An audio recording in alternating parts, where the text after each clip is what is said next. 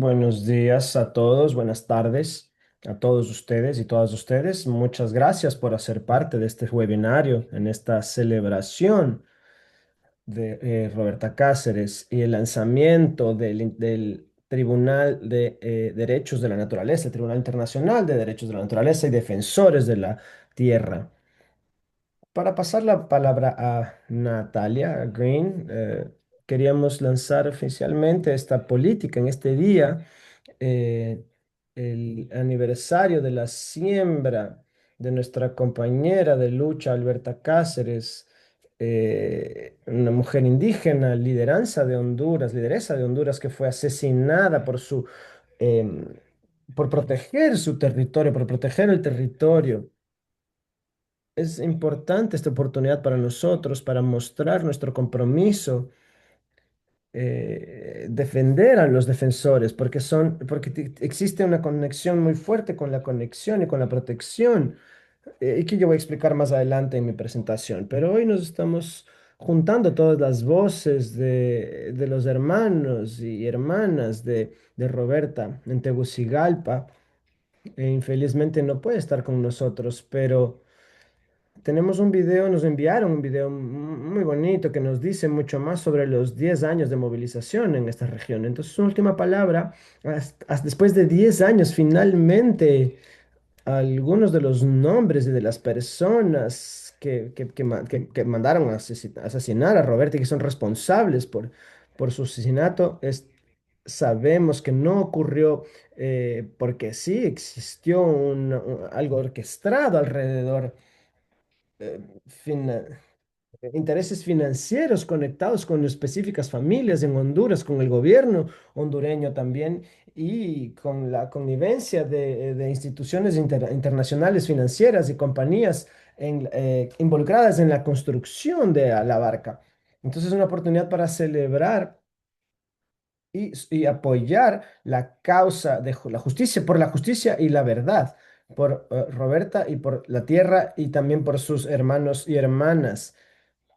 El último punto que quisiera mencionar, hace una semana más o menos fue también el aniversario del asesinato de Eduardo Mendú en el Ecuador, también un líder indígena asesinado, miembro de la CONAIE, que fue asesinado por liderar la resistencia contra la extracción de petróleo en la Amazonía. Entonces creo que es importante también mostrar nuestra solidaridad con la CONAIE y con la comunidad que están actualmente siendo atacadas por proteger la tierra en el Ecuador, proteger estas tierras en el Ecuador. Te la paso la palabra, Natalia, y muchas gracias para continuar con esta conversación.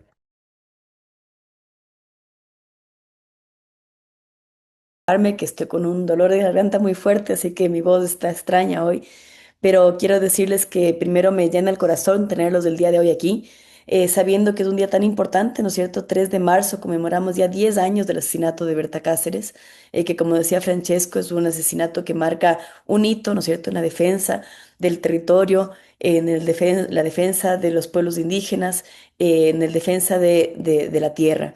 Así que muchas gracias a todos y todas por estar hoy aquí. Es un gusto para nosotros desde el Tribunal Internacional de Derechos de la Naturaleza poder lanzar una política de defensores de la naturaleza y con esto tener a compañeros y compañeras tan apreciados con nosotros. Yo voy a estar facilitando el día de hoy, dando la palabra y presentando a nuestros maravillosos compañeros y compañeras. Sin embargo, voy a empezar, como ha dicho Francesco, compartiéndoles este increíble video que nos mandan justamente para compartir la vida de Berta Cáceres. Me confirma si se escucha bien. Toda la vida hoy se convoca desde el Alto Celaque, las montañas de Colón y los ríos Gualcarque y Guapinol, para honrar ante el fuego y los grandes liquidámbares de humo y sal el brote de luz en el nombre de Berta, de Juan y la Sagrada Sangre. Hora del encuentro, las manos y las lágrimas apretadas es también. La ruta de la pólvora arrancó los cuerpos de su gracia, apartó el abrazo de las hijas, mutiló la calma y ha hecho arder la fuerza última de la rabia. Nuestras han sido sus palabras que agitaron las mantas. Los ríos no se venden. Se cuidan y se defiende. La impunidad no es eterna. Solo el pueblo salva al pueblo. El crimen apagó sus ojos, pero no las voces de su canto. Nos han dejado el testamento de las cosas simples. El poema de Juan vuela aquí, en este día colorido, y nos dice que el amor no es un misterio, sino un regalo. Berta no deja de sacudirnos. Apurémonos, compa, ya no hay tiempo. No se olviden que venimos de un pueblo digno, el pueblo lenca. Heredamos de sus pasos la urgencia y el dolor, y cada tanto resuenan las campanas fúnebres del recuerdo ingrato. Ellos germinan en la madre oscura que los abraza. Berta y Juan caminan en la memoria, sonriendo, despacio, picándonos las costillas y burlándose de nuestros lamentos vanos, cosiendo los hilos rotos, señalando a sus asesinos para que no les dejemos ir. ¿Quiénes faltan? ¿Quiénes faltan? Hay que agarrar su paso y prometerles que aquí seguimos y que es la esperanza, la estrella que en la madrugada de nuestros sueños siempre brilla. Muchas gracias.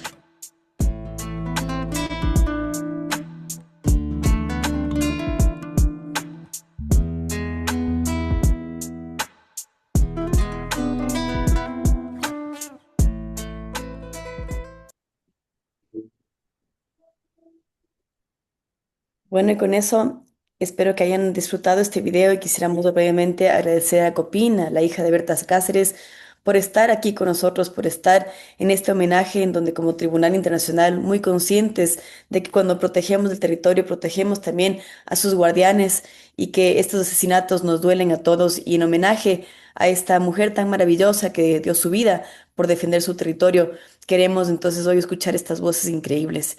Y vamos a empezar entonces con Patti Hualinga, Patricia Hualinga, mi gran amiga Patti, que tuve hace poco la oportunidad de estar en su territorio. Ella es defensora del pueblo quichua de Sarayaku, en Ecuador. Es muy conocida a nivel nacional e internacional por su trabajo continuo, por la defensa de los derechos de los pueblos originarios y la protección de sus territorios ancestrales y la lucha para mantener los combustibles fósiles bajo tierra.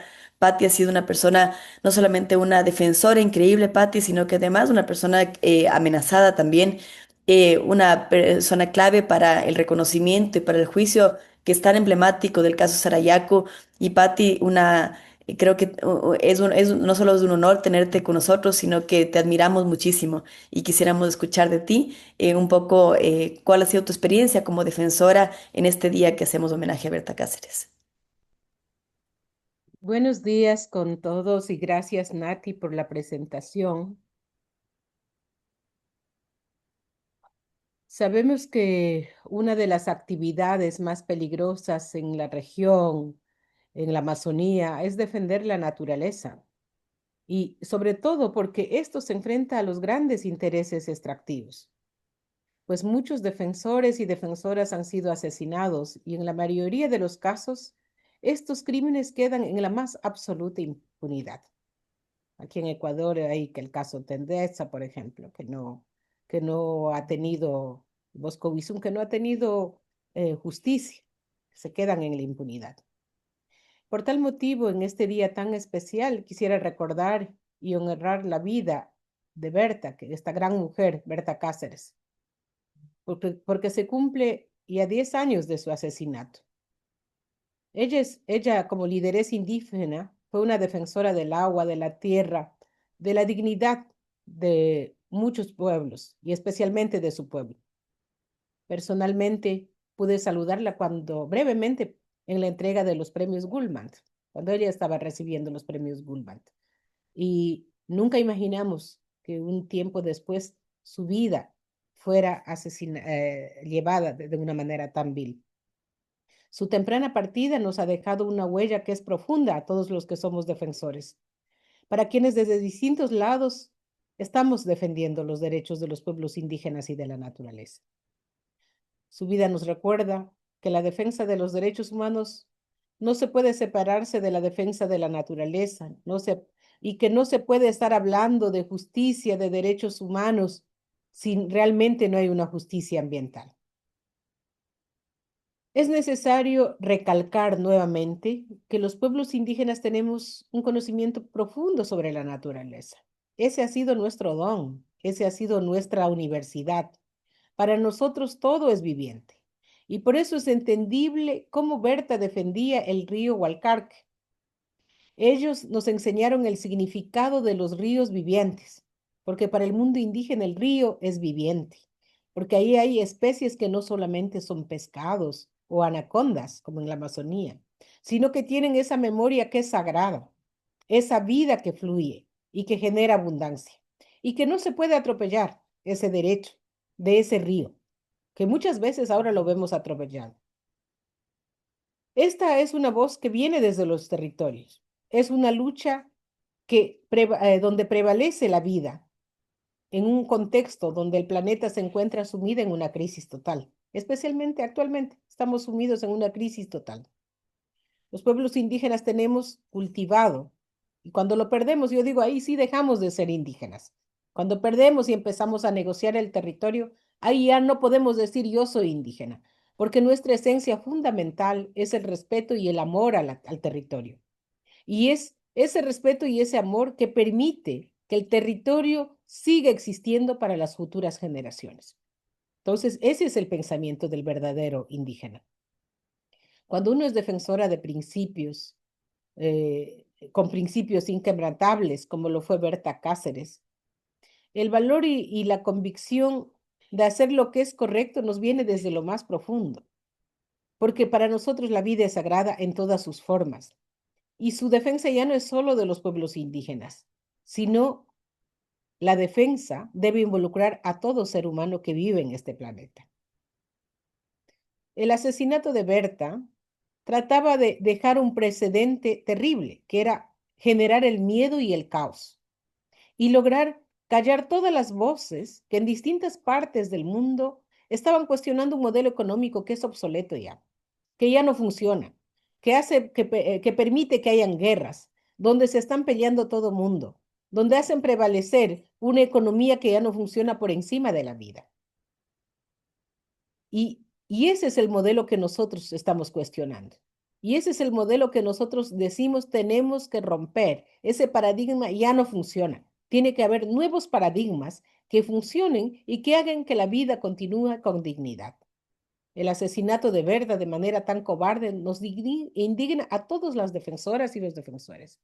El intento de callar su voz no les ha dado resultado, porque Berta sigue viva, su voz sigue firme, ha inspirado a nuevas generaciones, sigue viva en cada comunidad, en cada uno de nosotros que defendemos los territorios, en cada río que ha sido protegido y en cada persona que empieza a ver a la naturaleza como parte de el hermano y la hermana. Y que no solamente es un recurso, sino que es parte de nuestra existencia vital. Berta nos deja un legado que nos tiene que hacer pensar seriamente, un legado de fuerza y valentía. Aunque su vida fue sesgada de manera temprana, eso nos permite hacer pensar que tenemos que estar unidos, que tiene que haber más conciencia, porque no serán los gobiernos los que cambien esta forma obsoleta de explotar los recursos. Serán los defensores, las defensoras, la ciudadanía, la persona común. Porque esto ya no es lucha solamente de los pueblos indígenas. Esto es una lucha de toda la humanidad. Estamos hablando de la lucha por la vida y la existencia, por la vida y la continuidad de este planeta. Esa es la lucha de los defensores. No es una lucha egoísta, es una lucha global. No era solamente la lucha de Berta, era una lucha global. No solamente es la lucha de Sarayaku, es una lucha global. Si en algún momento piensas y dices, pobre gente que está luchando allá, y no te involucras, en ese momento habrás sido cómplice de los que tanto daño nos están haciendo. Y este es algo que nosotros debemos continuar. Que vive Berta en nuestros corazones, vive Berta en nuestras inspiraciones y vive Berta para siempre en todas las futuras generaciones. Muchas gracias. Muchísimas gracias, Patti. Gracias por ese lindo homenaje a verte. Gracias por ser una inspiración para mí y para todos quienes buscamos defender la naturaleza. Realmente tú siempre nos inspiras y gracias por ser una gran defensora de la tierra y de los derechos de tu pueblo. Gracias, Pati, por acompañarnos. A continuación, contaremos con la presencia de Javier Garate. Javier es asesor senior de Global Witness. Javier hace parte del equipo de campañas trabajando en la protección de personas defensoras del ambiente y el territorio en Global Witness, donde lidera el trabajo de incidencia. Antes de unirse a Global Witness, Javier trabajó en brigadas internacionales de paz en Colombia, trabajando para la protección de defensores del territorio. Muchísimas gracias, Javier, por estar con nosotros el día de hoy. Te escuchamos. Buenos días, buenas tardes, depende de dónde se encuentren. Muchas gracias, Natalia, por la invitación y por la presentación, y muchas gracias también a Francesco y a Patricia por sus palabras tan conmovedoras y que hacen tanto sentido en esta fecha y en este aniversario que desde Global Witness también nos sumamos a la celebración, conmemoración de la vida de Berta Cáceres, y honramos también todo su legado y su trabajo y el mensaje de lucha que lleva. Desde Global Witness, como bien sabrán, somos una organización que llevamos ya 13 años, más de 13 años documentando los ataques a personas defensoras del ambiente y el territorio. El asesinato de Berta nos conmovió como a todo el mundo, de forma muy fuerte. Y bueno, y ha sido también una inspiración para seguir haciendo este trabajo de documentación de estos ataques que se dan, como decía bien Patricia, no solamente en Honduras, no solamente en América Latina, sino que en el mundo entero. Desde Global Witness hemos documentado estos ataques que, como Berta fue asesinada, son miles de personas en todo el mundo que han sido asesinadas. Nosotros desde el 2012 hasta el 2024 hemos documentado 2.157 asesinatos y 96 desapariciones de personas defensoras del ambiente y del territorio. De estas, en estos casos, tenemos 155 de los casos son específicos para el país de Honduras, y de esos 94 casos han sucedido después del asesinato de Berta. Entonces nos muestra cómo la situación de riesgo, el peligro que viven las personas, las comunidades, las personas que defienden su territorio, el ambiente, continúa, se mantiene después del asesinato, del ataque contra la vida de Berta. Esto hace que Honduras sea de los países más peligrosos en el mundo para realizar esta labor.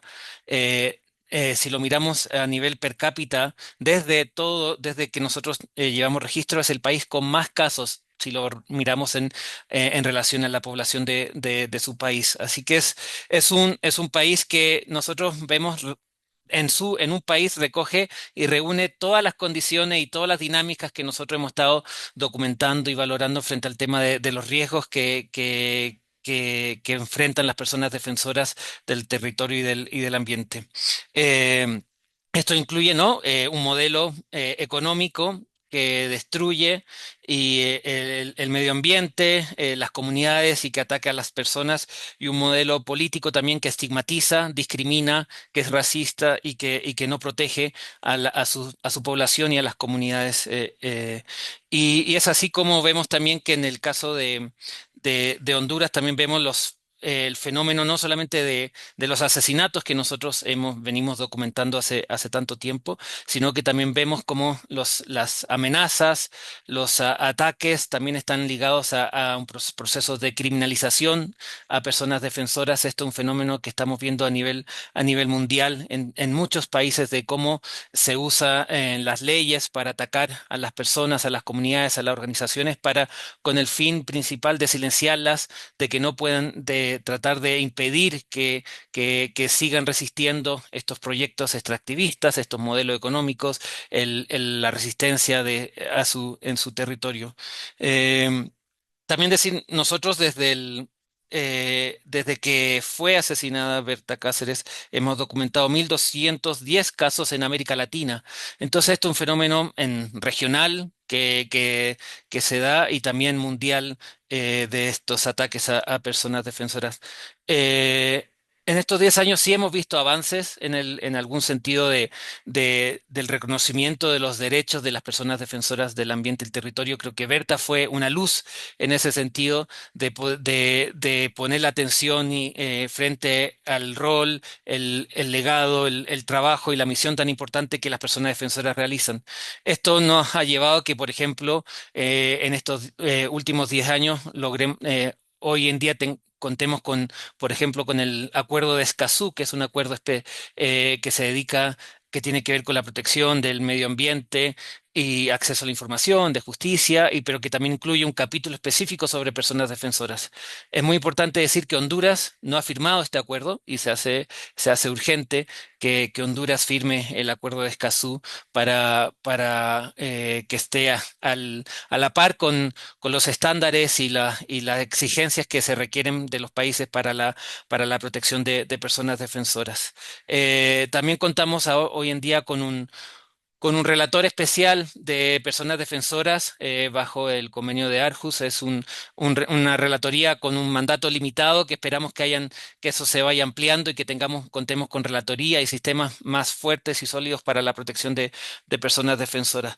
Pero yo creo que lo principal es que contamos y que en ese sentido el legado y el trabajo de Berta ha sido una inspiración. Contamos con una red global, mundial de organizaciones, de comunidades, de personas comprometidas con la lucha del territorio y del ambiente, que es la fuente principal de esta fuerza que hay, que Patricia también nos comentaba, de unirnos juntos en esta lucha y en esta protección de la vida y del territorio. Creo que eso nos da pie para seguir exigiendo. Necesitamos más garantías de seguridad.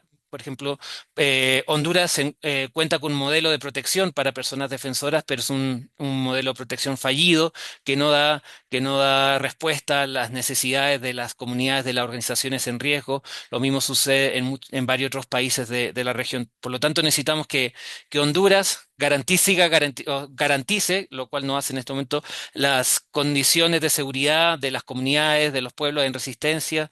Estamos muy preocupados por el cambio de gobierno en Honduras. Sabemos que muchas veces dan pie a nuevos ataques, cuando se dan estos cambios y nuevos ataques y riesgos a personas defensoras, por lo cual exigimos al gobierno de Honduras la protección y las garantías de seguridad y también a la comunidad internacional en su todo para seguir avanzando en los derechos, el reconocimiento y la protección y también el avance en términos de justicia. Sabemos que en el caso de Berta se ha avanzado, como decía Francesco, en temas de justicia, pero también hay mucho que avanzar, pero a nivel global y especial en la región, la situación de impunidad de personas defensoras es alarmante y necesitamos justicia ya para el caso de Berta, pero para todos los otros compañeros que hemos mencionado y que estamos acompañando. Así que bueno, es un agrado y un placer poder acompañarle en esta fecha tan importante para la región, para Honduras y para el mundo entero en la defensa del territorio y de nuestro planeta. Muchas gracias. Muchísimas gracias, Javier. Qué gusto escucharte y qué doloroso también, ¿no? Doloroso porque nos das un montón de cifras que no son solamente datos y números, sino que son personas, que son historias, que son madres, que son hijas, que son personas que han dado su vida por esta lucha y que desgraciadamente es algo que sigue sucediendo. Es algo que sigue sucediendo y que nosotros con el Tribunal Internacional de Derechos de la Naturaleza buscamos visibilizar, visibilizar a los defensores y además protegerlos, ¿no? Es algo que buscamos justamente con la política de defensores, porque lo que queremos es que la gente entienda la importancia del territorio, la importancia de la defensa y que estos acuerdos, como el Acuerdo de Escazú y otros, se implementen y se garantiza la vida de los defensores. Así que gracias, Javier, por estar hoy con nosotros. Y tenemos el gusto de poder escuchar próximamente entonces ahora a Jorge Nahuel. Jorge es un líder mapuche de la Confederación Mapuche, es representante del Consorcio TICA, miembro del Consejo de Sabios del Consorcio TICA, que aprovecho de agradecer mucho a Lica Consortium por todo su apoyo, por tenerte hoy aquí, Jorge, a Hugo también.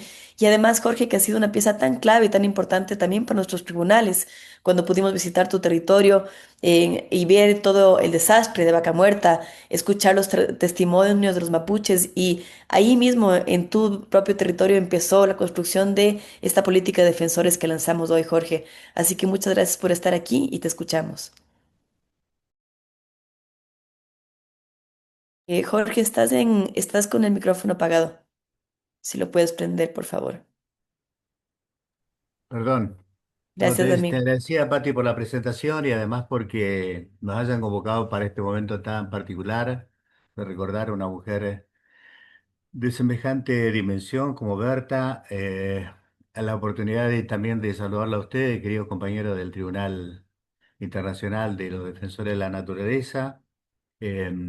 Ustedes estuvieron acá en el territorio, tal cual vos lo mencionaste. Para nosotros fue una presencia muy importante para poder, bueno, que se conozca en el mundo el impacto tremendo que está generando este enorme complejo que se ha instalado aquí en territorio mapuche. Eh, Nos parece que en este momento más que nunca es importantísimo que todos estos lazos de solidaridad, de alianza que hemos establecido se vayan potenciando porque vivimos un momento muy particular, ¿no? Muy preocupante. Este, quiero aprovechar también, por supuesto, de saludar a mis hermanos de la Red TICA. La Red TICA es un consorcio que hemos conformado a nivel internacional de numerosos pueblos que están preocupados por las políticas públicas sobre las zonas donde hay mucha riqueza en biodiversidad y que hoy están apetecidas por el mercado. Entonces, estamos sosteniendo esta enorme red de alianza que es TICA Internacional y también a nivel continental estamos unidos en la red TICA Sudamérica. A propósito, en este momento, quien es nuestro coordinador, Luis Guillermo de Izquierdo, junto con José Gualinga y Carlos Licón, están cumpliendo una agenda de trabajo de apoyo y solidaridad a la lucha por la defensa del territorio Samaca de Surinam. El sábado participaron de una asamblea con los clanes y hoy tendrán una reunión con delegados del gobierno de Surinam. Así que desde acá les deseamos que tengan mucho éxito en esa misión que le ha encomendado la Red TICA y que puedan demostrar de que las luchas no pueden ser aisladas de lo que está ocurriendo a nivel global porque a nivel global se está de alguna manera organizando esta tremenda amenaza hacia nuestra existencia como naciones indígenas, como pueblos preexistentes. Este, mm, hay un gobierno imperialista como el de Trump, que ha pateado el tablero, que organiza invasiones, que secuestra a presidente, que mata a otros. Es decir, donde ha vuelto de vuelta la ley del más fuerte y no se entiende que esta escala de valores que impone este tipo de conducta tiene un límite, ¿no? Porque todo está del saqueo y de la búsqueda de los recursos que tienen los países más débiles que caen bajo las redes de estos países imperiales. Pero no se puede asumir todavía a esta altura de la historia de que todo eso tiene un límite, que es la destrucción ambiental y la cantidad de basura que van acumulando, que están ahogando a nuestra madre naturaleza. Entonces, cuando la fuerza del derecho de la bestia se impone como única alternativa, nosotros la herramienta que tenemos es ir, bueno, consolidando toda esta alianza que tenemos, todas estas coordinaciones que tenemos. Eh, a nosotros acá en Argentina eso lo tenemos muy claro, porque nos gobierna un maníaco que promueve odio y violencia y entonces las redes internacionales son más necesarias que nunca. Esa corriente que se va imponiendo desde el norte, va contaminando todo el continente, también ha llegado a nuestro país y también llega a nuestra provincia, porque nosotros estamos instalados sobre una enorme reserva hidrocarburífera que es Vaca Muerta, la que tuvieron ustedes oportunidad de conocer, y, y con un gobierno que tiene una mirada muy cortoplacista. Se acaba de cumplir 10 años de la reforma constitucional acá en Neuquén. Neuquén Argentina es un país federal, por lo tanto, cada estado provincial tiene su constitución. Y nosotros, producto de una lucha muy, muy organizada que tuvimos 20 años atrás, logramos dejar instalado el derecho con muchísima fuerza dentro del capítulo de Derecho y Garantía.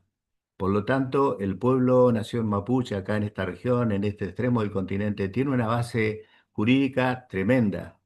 Pero para que esa base jurídica tremenda no quede en letra muerta, tiene que haber un Estado, un gobierno dispuesto a cumplir y a regirse por la ley. Bueno, acá no ocurre nada de eso, porque la ley no importa, las normas ambientales no importan, la presencia de un pueblo con pleno derecho no importa, porque acá lo que apura, lo que urge, es la hiperproducción, la hiperganancia que le va a permitir a estos gobiernos cortoplacistas garantizar bueno, su gobierno, su reelección y bueno, y todo el usufructo que sacan de la naturaleza. No les importa más nada que eso, que, que consolidar su poder temporario, de enriquecerse a costa de eso y dejar atrás de eso un cementerio. Entonces, ese es el escenario que nosotros tenemos aquí. Estamos luchando contra eso porque nos parece que está en juego la vida no solo del pueblo mapuche, de toda la población. De hecho, uno de los ejes de nuestra demanda hoy es la defensa de dos lagos que son fundamentales para la vida de todas las ciudades de la región, que son los lagos Marimenuco y Los Barriales. Estos lagos está programado, se firmó un decreto que le otorgó una concesión a la principal petrolera que hay aquí en el país, que es YPF, para que generen más de 500 perforaciones a la orilla de esos lagos. Es una verdadera irracionalidad. Estamos buscando por todos los medios, a través de distintas acciones, a través de distintas movilizaciones, de campañas que han organizado, que está organizando la sociedad no mapuche, la sociedad neuquina, para decirle al gobierno vuelva atrás esa concesión, porque nos pone en amenaza de muerte a una enorme población que depende del agua de este lago, porque de esos lagos nace un acueducto que le da agua potable a todas las ciudades de lago, río abajo. Entonces, para que vean la irracionalidad con la que hoy se actúa, la manera inescrupulosa en que los gobiernos este, conciben la relación con la naturaleza. Ayer se realiza todos los años una apertura de la sesión de la legislatura acá en estos estados. El gobernador, la consigna que más repitió fue: hay que monetizar el subsuelo. Tenemos petróleo y gas para 20, 30 años y ese tiempo nos tiene que servir para garantizar la felicidad y el bienestar. Eso significa directa amenaza hacia nuestra existencia cultural como pueblo, porque implican que van a maximizar la explotación, van a tratar de lograr cifras récord en esa carrera, y la que va a ser un instrumento absolutamente marginal va a ser la seguridad, el ambiente, el agua, el aire puro, la seguridad para nuestras vidas. Entonces, ese tipo de llamado que hace el gobierno a monetizar el subsuelo, es decir, saber que no hay otra manera de poder lograr bienestar para la población que no sea reventando la tierra, es la amenaza de muerte que nosotros tenemos sobre nuestros hombros. Y sobre eso hay que trabajar, sobre eso hay que organizarse, porque no va a ser un gobierno de turno el que nos va a salvar de esta. Va a ser solamente la capacidad que tengamos los pueblos de organizarnos, de movilizarnos, de crear conciencia, de que saber que ese bienestar momentáneo que puede llegar a generar esta magra regalía que dejan las multinacionales, no va a asegurar nuestro futuro, todo lo contrario, va a ser la condena para nuestro futuro. Por lo tanto, desde aquí los saludamos, los alentamos. Necesitamos que el Tribunal Internacional por los Derechos de la Naturaleza siga firme, siga movilizado, siga generando políticas como la que acaba de dar a conocer, y despertando la conciencia de la solidaridad internacional.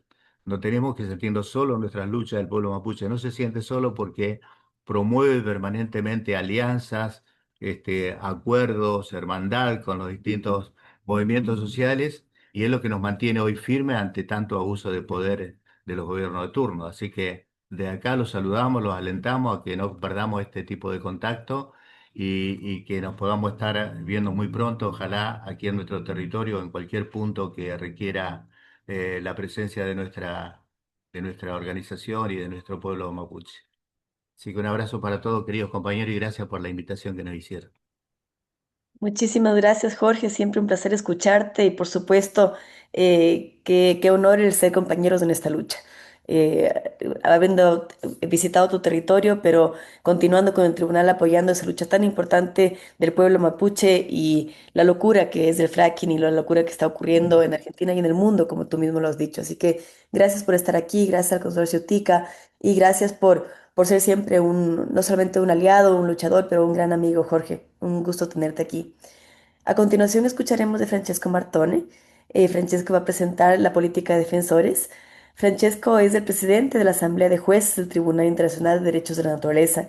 Es socio fundador de Greenpeace Italia, cofundador de la plataforma de arte y activismo Art for the Commons, fue miembro del Senado italiano y ahora nos va a presentar la política de defensores de la cual él ha jugado un papel muy importante en su elaboración y ahora funge como su referente principal.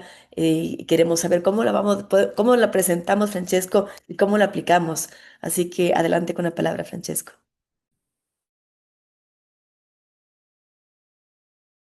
Estás con el micrófono apagado, Francesco. Disculpen, tengo un problema con la tecnología.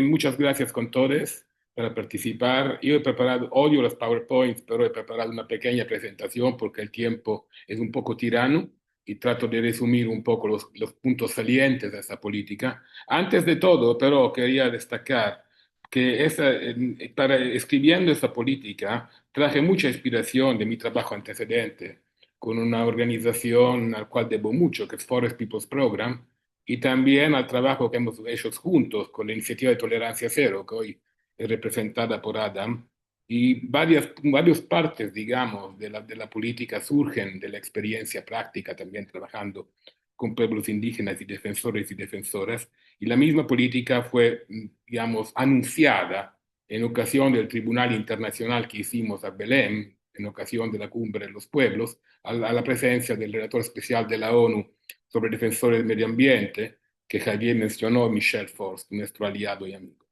Entonces, podemos comenzar con la segunda slide, Marí, por favor. Esta política sale de algunos antecedentes importantes. El primer antecedente, no, pero no pasa la slide, por favor.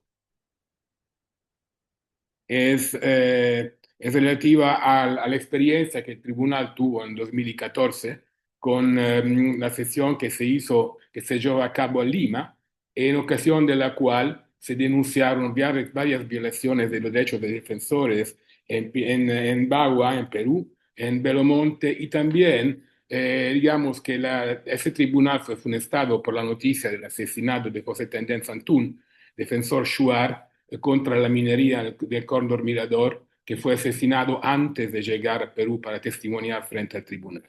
Creo que la presentación está bloqueada. ¿Qué pasó?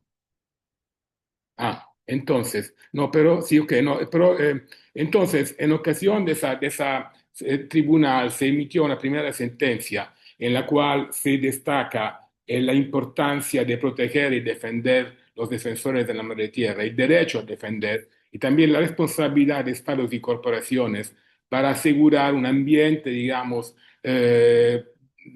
seguro para quien defiende la madre naturaleza. Y luego tuvimos varias otras experiencias directas e indirectas. Unos jueces fueron amenazados durante una misión de campo en Bolivia para investigar los impactos de la infraestructura del TIPNIS y luego más recientemente en ocasión de una tribunal que hicimos en México, Yucatán, en Tren Maya, fuimos también testigos de varias situaciones de amenaza al almendramiento contra las comunidades que querían encontrarnos. Por eso que a un rato se decidió, digamos, basado por experiencia concreta, pero también por una elaboración más amplia, en la cual hemos llegado a la conclusión, después de esos 10 años de trabajo, que no se pueden separar el reconocimiento de los derechos de la naturaleza de los derechos de sus guardianes, son dos cosas que son completamente conectadas en términos de coviolaciones. Hemos, digamos, determinado que la violación de los derechos de la naturaleza conlleva violaciones de los derechos de los pueblos,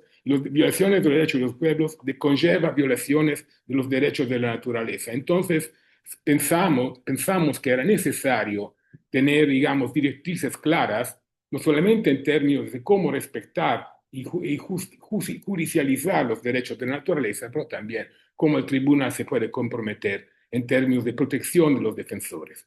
Adelante, próxima. Entonces, hay dos maneras diferentes en la cual se puede interpretar esa relación.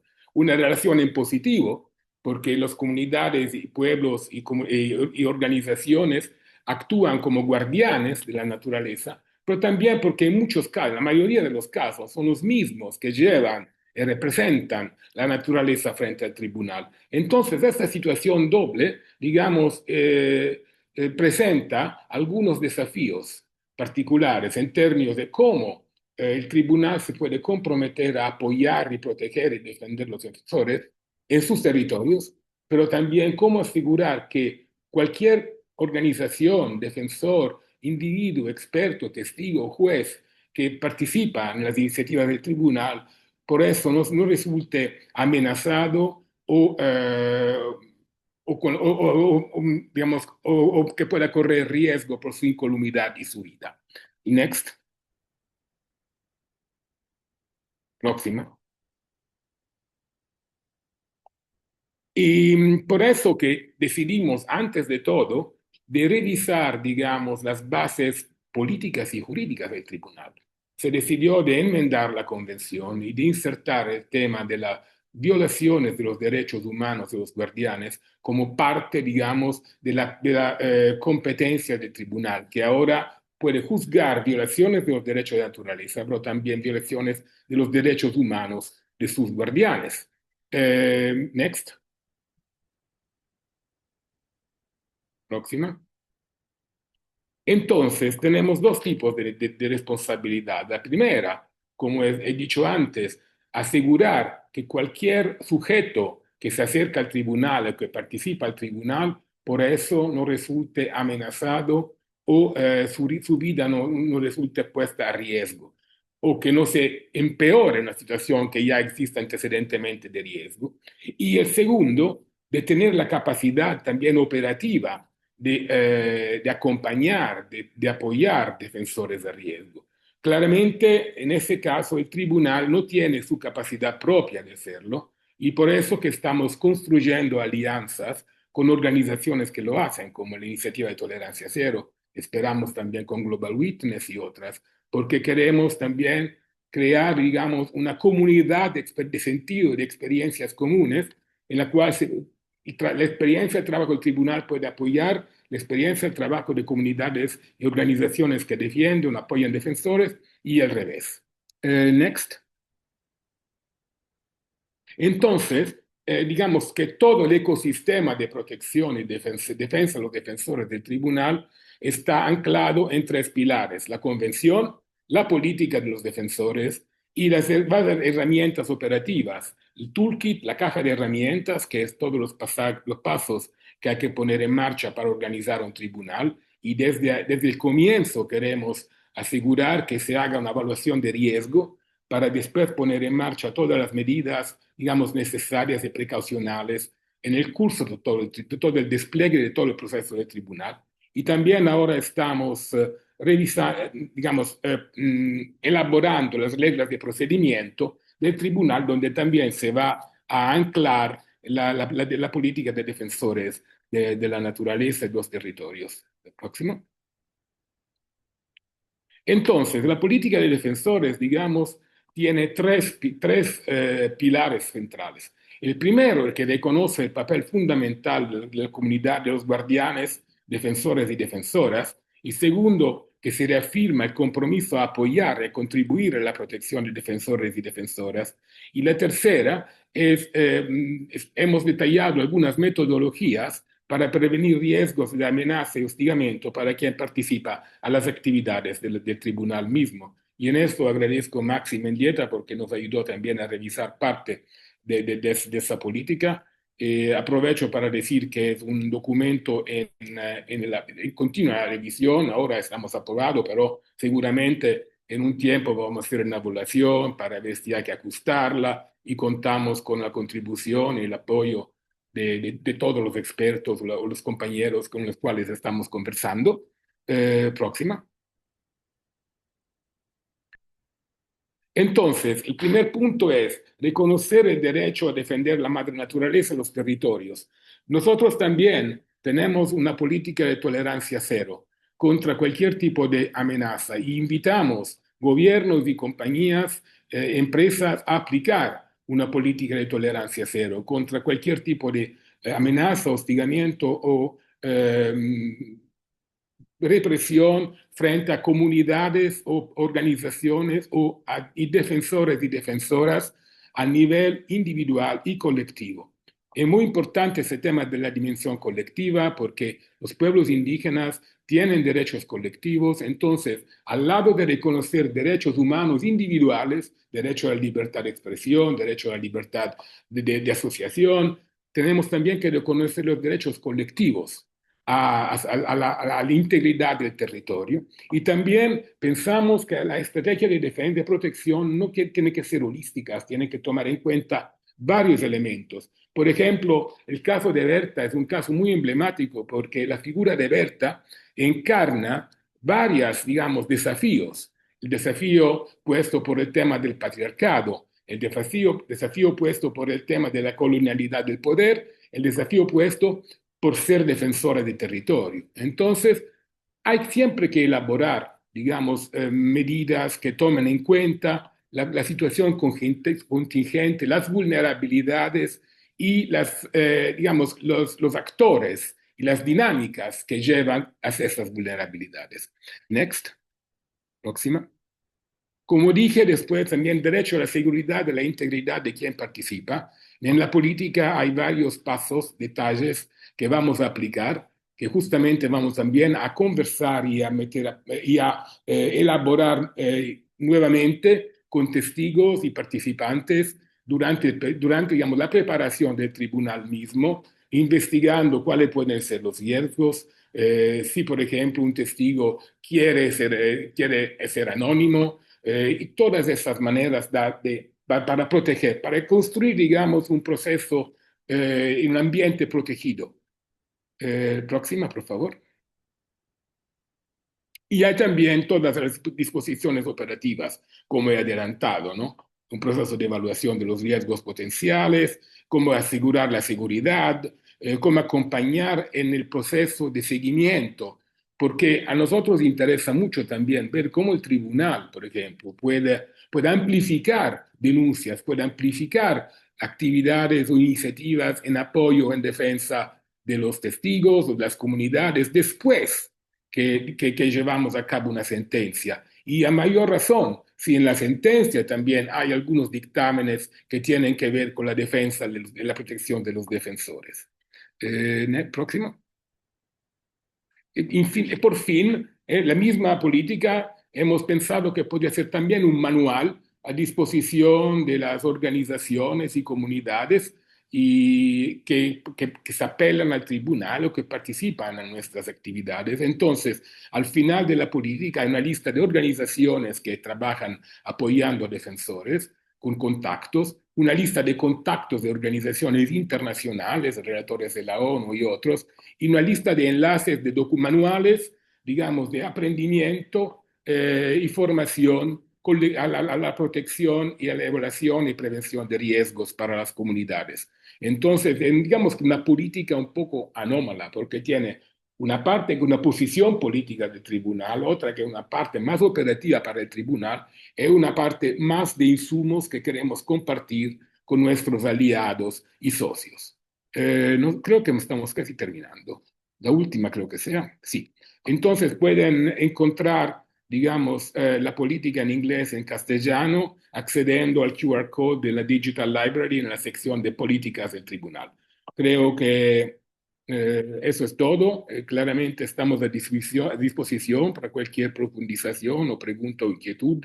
Nos pueden contactar por correo, seguramente estaré feliz de contestar o de seguir conversando. Muchas gracias. Perfecto, Francesco, muchísimas gracias. Uy, mi voz se pone cada vez peor. Muchísimas gracias, Francesco, por presentar esta política de defensores y lo que queremos, obviamente, desde el tribunal con la política es que no sea solo un documento, sino una política viva, un documento que podamos hacerlo, aplicarlo, utilizarlo para apoyar en la defensa de los territorios.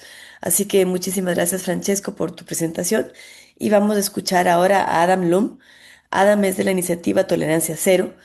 Él es facilitador y punto focal de la iniciativa Tolerancia Cero, que es una coalición mundial dirigida por pueblos indígenas y representantes de comunidades locales que trabajan colectivamente para abordar las causas subyacentes de los asesinatos y la violencia contra las personas defensoras de los derechos humanos vinculados a las cadenas de suministro mundial. Gracias, Adam, por estar hoy con nosotros. Thanks, Natalia, and thank you to all the organizers for the invitation today. Gracias a todos los organizadores por la invitación del día de hoy. Antes de comenzar, me gustaría pagar tributo a otra líder indígena que fue asesinada hace una semana, nada más, a José Albino Caña Ramírez, que era miembro del Cabildo de el resguardo de Loma Prieta en Colombia.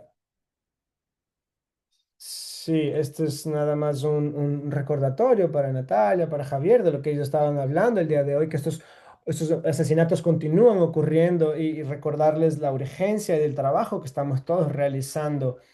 Em, entonces envío mis condolencias y mi solidaridad al resguardo en estos momentos difíciles. Y creo que también en el chat hay un link también si lo quieren leer el comunicado sobre este tema. Solo para agregar a lo que Natalia ha mencionado sobre la iniciativa Cero Tolerancia, es una red de más de 130 miembros más o menos alrededor del mundo, en las Américas, en Asia, en África y en Europa.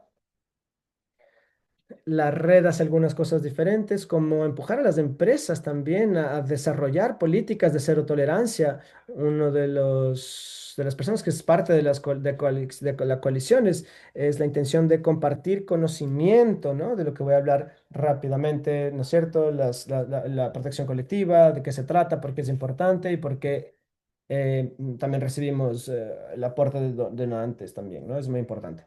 Entonces, ¿qué me refiero a la protección colectiva? Es muy simple. La protección colectiva es cualquier tipo de acciones, set de acciones que involucre seguridad. Es una definición bastante amplia porque no hay dos comunidades que enfrentan las mismas amenazas, no tienen las mismas dinámicas, no se organizan de la misma forma. Entonces, la protección colectiva mide la protección en diferentes contextos. Uno de los más importantes, de las partes más importantes no es que algo de que los actores externos pueden diseñar, no puede venir una ONG y vamos a hacer esto, este otro, ¿no? Em, las comunidades como tal son los expertos, son las comunidades indígenas que han desarrollado estrategias de protección y sistemas de protección muy avanzados durante años basados en conocimientos ancestrales eh, y han desarrollado también formas de decisión colectiva. Por ejemplo, incluye cuestiones como guardianes indígenas, respuestas rápidas, protocolos de ética, casas seguras, monitoreamiento del territorio. Hay un rango de acciones, ¿no? Amplios, el tejido social, cosas como zonas humanitarias, otros mecanismos que muchas veces no parece lo que nosotros entendemos tradicionalmente como seguridad o protección, que siempre están basadas en chalecos de antibala o cámaras de vigilancia. Estas políticas de prevención son muy efectivas y quiero resaltar esto, prevención. em, son efectivas en prevenir y también en reducir amenazas para sus comunidades para continuar defendiendo sus territorios y sus tierras. Entonces, ¿por qué la protección colectiva es tan importante? Tenemos que entender que es porque las amenazas enfrentadas por los defensores de la naturaleza, la criminalización y otros ataques que experimentan de manera colectiva, entonces es lógico que medidas de protección sean tomadas. A pesar del progreso que hemos realizado, y sí hemos tenido bastante progreso, la mayoría de los marcos de protección están enfocados en el individuo, en el defensor como individuo. Em, Nos gustaría que nos enfoquemos más también, por ejemplo, de realocar a ese individuo cuando su vida está amenazada y activar los programas eh, y ese tipo de análisis que tenemos que realizar, ¿no? Que está dentro de la política del tribunal también. El- la protección del individuo tiene un valor y es muy importante, pero lo que estoy intentando decir es que está incompleta de cierta manera, porque las comunidades tienen que trabajar de manera colectiva y mientras proteges un solo individuo, entonces realmente estás ignorando los riesgos y los impactos de los ataques a esa comunidad. Entonces estamos intentando pensar que los donantes, la sociedad civil reconozca la importancia y la legitimización de los sistemas de protección y que apoyen estos sistemas de protección comunitarios, ¿no? Y que funcionen de la mejor forma para ellos. Entonces, solo para terminar, algunos años atrás, los miembros de la iniciativa de cero tolerancia creamos una plataforma, una base de datos mucho de lo que está ahí producido afuera, ¿no es cierto? Eh, Creamos un sitio web que fue muy bueno en su momento y creo que nuestros colegas lo van a compartir con ustedes en el chat y los invito a explorar mejor, a visitarlo y si están interesados en más sobre nuestros guías, dentro de nuestras herramientas, nuestros ejemplos, hay materiales suficientes que ustedes pueden acceder en ese link. Muchas gracias. Muchas gracias, Adam. Se lo da a los defensores y defensoras. Gracias por compartir estos importantes recursos y por permitirnos ser un espacio para seguirlos difundiendo. A continuación vamos a escuchar a Hugo Javini. Hugo es defensor del pueblo Samaca en Surinam. Como co-recipiente del prestigioso Premio Goldman del Medio Ambiente, Hugo desempeñó un papel fundamental en la histórica sentencia de la Corte Interamericana de Derechos Humanos en 2007 que otorgó al pueblo Samaca la autoridad legal sobre sus tierras ancestrales. Esta histórica victoria no solo salvó miles de kilómetros cuadrados de selva tropical virgen de Surinam, de la tala y las minas ilegales, sino que también sentó un precedente legal mundial para el consentimiento libre, previo e informado de las comunidades tribales. Gracias, Hugo, por estar aquí y gracias también al Consorcio TICA por su apoyo. Hugo, adelante. We Hi, listen. Natalia. Can you hear me? Hola, okay. ¿Puedes escuchar, Natalia? Gracias por tus palabras. Solo quiero hablar en nombre de los defensores. Estamos aquí para pagar tributo a Berta y a nuestra colega. Para mí, nosotros como defensores y como Berta, no solo es un mártir, pero es una semilla viva. Las dificultades, las amenazas que ella sufrió nunca fueron sobre el río, siempre fue sobre los derechos fundamentales de la naturaleza para existir libre de la comoditización. Cuando defendemos la tierra, no solo estamos salvando la naturaleza, somos la naturaleza, defendiéndonos a nosotros mismos, porque nosotros somos parte de la naturaleza. El Tribunal Internacional por los Derechos de la Naturaleza reconoce que aquellos que luchan por los derechos de la tierra y son las personas hoy en día más perseguidas en el planeta.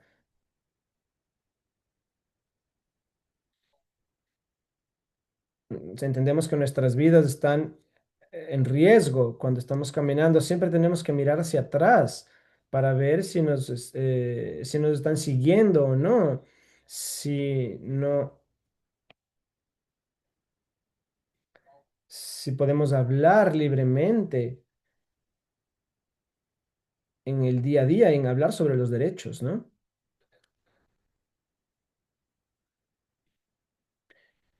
La extracción en esta economía solo alimenta y, y los ve a los defensores como obstáculos.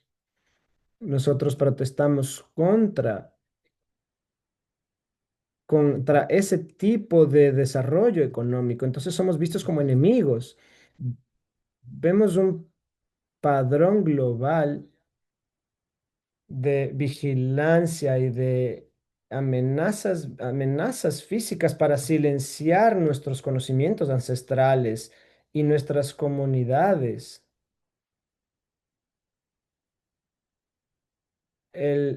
La nueva política para los defensores del tribunal,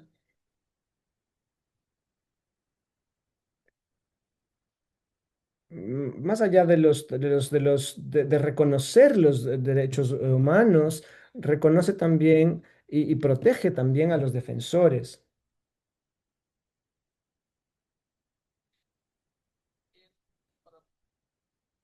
No podemos separar los, no podemos separar el proteger a un sistema más igualitario y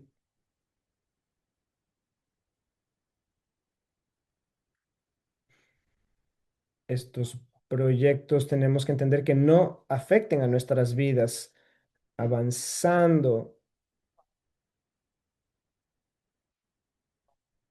el financiamiento para sanar a las comunidades del agua. Hacemos un llamado a a la transición de un sistema a un sistema que enfoque la vida. Las leyes tienen que alinearse con las leyes de la tierra, en lugar de que las leyes se alineen al mercado.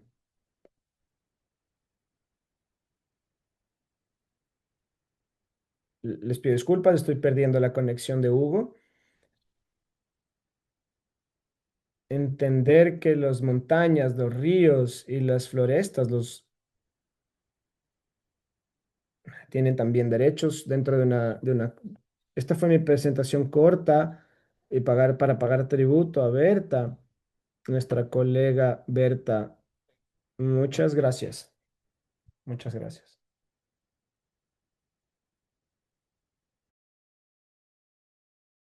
Muchas gracias por tu presentación y por este tributo a Berta. Por todo tu trabajo, por todo tu inmenso trabajo en Surinam.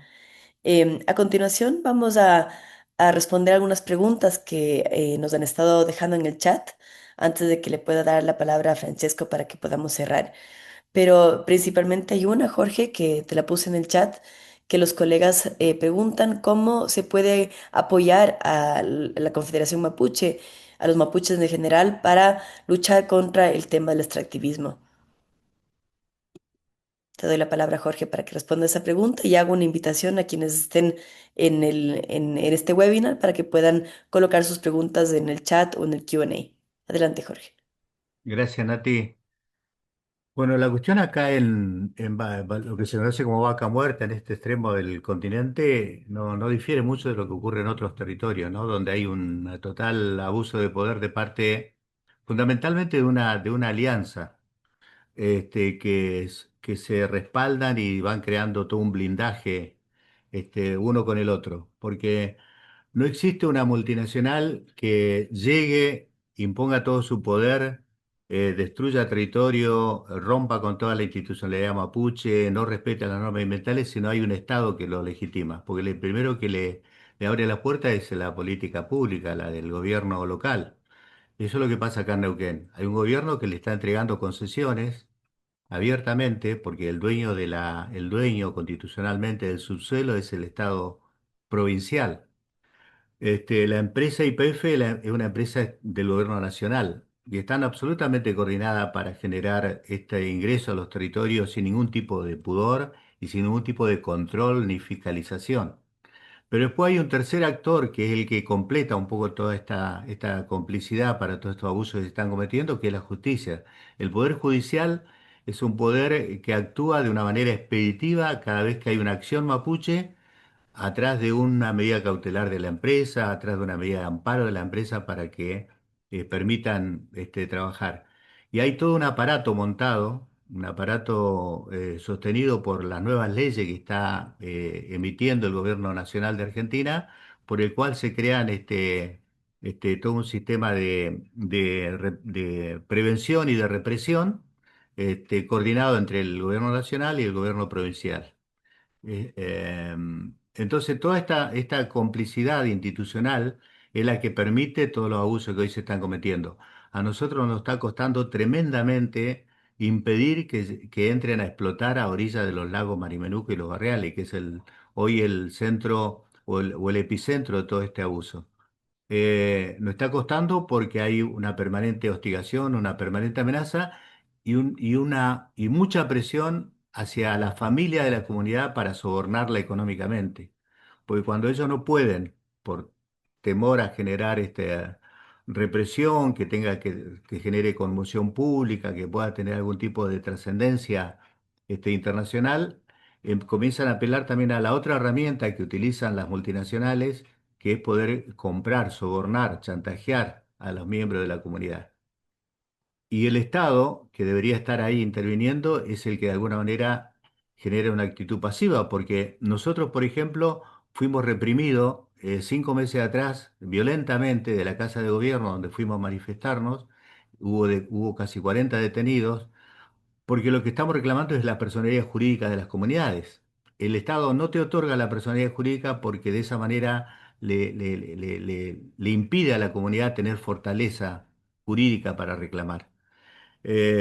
Entonces, no solo nos reprimió y nos expulsó de ese lugar, sino que además nos criminalizó, porque en lugar de que la justicia actuara sobre el poder ejecutivo para decir cumpla con las normas que están establecidas, entregue la personalidad jurídica porque es una obligación constitucional que usted tiene, criminalizó a las autoridades mapuche y estamos todos de alguna manera bajo una causa que nos abrieron. Entonces, yo creo que es fundamental que eso se haga público. Por eso el trabajo del tribunal es muy importante, porque es la herramienta para poder que esto trascienda acá a nivel local. Porque todos estos abusos se logran consumar a través del anonimato, a través de que no tenga impacto público. Porque también me está olvidando de un cuarto actor. Fíjense, no conforme con estos tres poderes, el poder de la multinacional, el poder de los gobiernos locales y de la justicia, hay un cuarto poder que actúa para todo este ocultamiento que hay de lo que está ocurriendo acá en esta región, que es el de los medios de comunicación empresariales.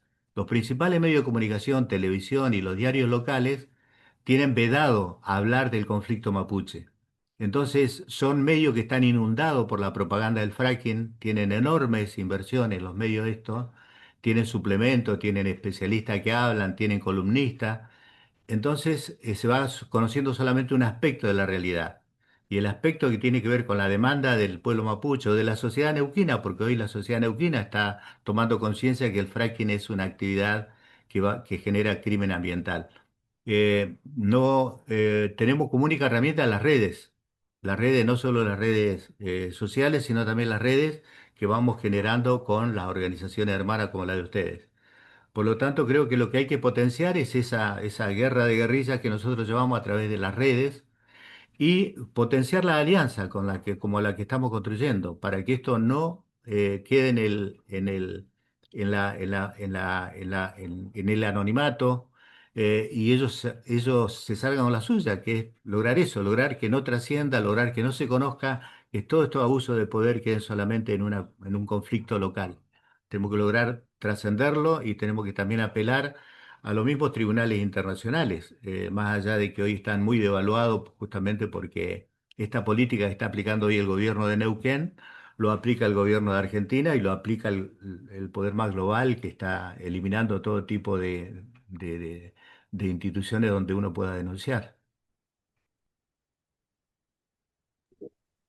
Muchísimas gracias, Jorge. Y creo que has mencionado un tema importantísimo que es el tema de las redes y las alianzas, que es justamente lo que buscamos reforzar con espacios como los del tribunal, entender cómo las diferentes redes que nos encontramos aquí presentes nos podemos fortalecer y podemos dar ese sustento justamente a comunidades como las que están aquí representadas y que, como tú has dicho tan agradablemente, que no se sientan solas, ¿no? Que se sientan protegidas y que se sientan que podemos visibilizar estos conflictos, porque creo que lo peor es el anonimato, como tú mismo lo has dicho. Voy a pasarle, veo que no hay más preguntas. Si quisiéramos entender y saber cómo cualquiera de ustedes, y me avisan a cualquiera de los expositores o panelistas, si es que les quedó algo pendiente de decir, si quieren abrir su micrófono para hablar alguna palabrita, algo que no pudieron decir en su presentación o algo que surgió de la presentación de alguno de sus colegas. Em, o si no, le doy la palabra a Francesco para que podamos ir cerrando, pero siempre es para mí un placer. Hay dos cositas. em, Quisiera agradecer justamente a Miuk, que nos habla sobre el tema de la Cumbre de los Pueblos por el Clima en Turquía. Sabemos que estos espacios de sociedad civil son siempre espacios muy importantes. Como GARN y como tribunal nos encantaría ser parte y fortalecer también estos espacios de colaboración, a pesar de que le pusimos muchas ganas y mucho esfuerzo a Belén el año pasado y hay muy poco que se concreta. Creo que estamos dependiendo demasiado de los gobiernos cuando las soluciones vienen desde la sociedad civil. Así que yo apostaría por ambos espacios y veo que Sonia dice, gracias por el homenaje a Berta. Uruguay autorizó la prospección sísmica y búsqueda de petróleo en nuestro océano, violando nuestra constitución, acuerdo de Escazú. Esos permisos fueron dados con muchas irregularidades. Gracias, Sonia, por este comentario. Nosotros también lo denunciamos, lo alertamos y cuenta con nuestro apoyo para poder seguir visibilizando estas violaciones que desgraciadamente no se dan en un solo territorio, sino que forman parte de un sistema que está y que le da guerra a la gente y por lo tanto le da guerra a la naturaleza. Te doy la palabra entonces, Francesco, para que puedas cerrar y si es que hay cualquier otro comentario, por favor, no duden en levantar, abrir su cámara o hacer un comentario final. Francesco. Muchas gracias a todos, a Jorge, Patricia, Javier, Adam y a Hugo, that I've not seen him for ages, but it's very good that we crossed roads. Nos hemos visto en años, pero es muy importante que nuestros caminos se crucen. Gracias por estar con nosotros. Es un placer de verlos nuevamente. Es dejar abierta la puerta. Las luchas no se cierran, las luchas siguen. Entonces tengo un problema en el concepto de cerrar una iniciativa en apoyo a defensores y defensoras, porque todos de una manera u otra vamos a seguir tratando de proteger nuestra tierra. Y pensé que la manera mejor era de leer el texto del discurso que Berta hizo cuando aceptó el premio Goldman en 2015, porque me parece la manera mejor para dejar, digamos, una luz, una voz viva, como dijo Hugo.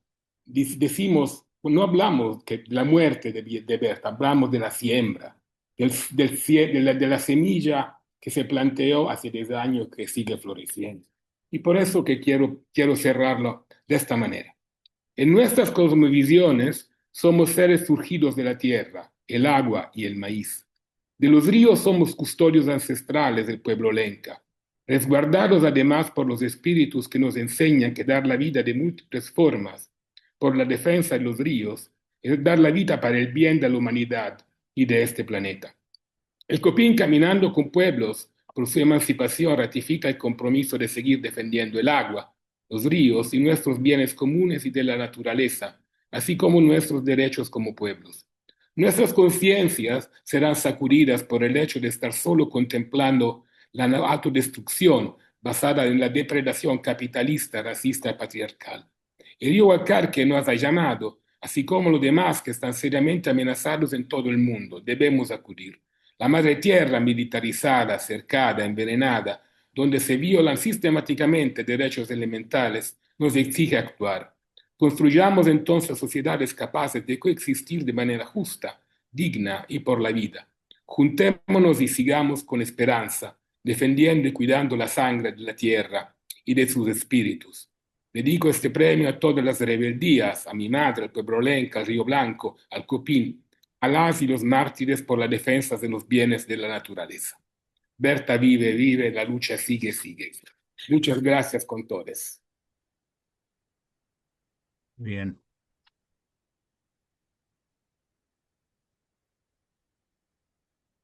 Muchísimas gracias, un placer.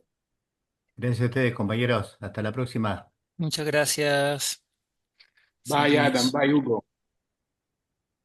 Thank Gracias you. Javier. Okay. Thanks, everyone.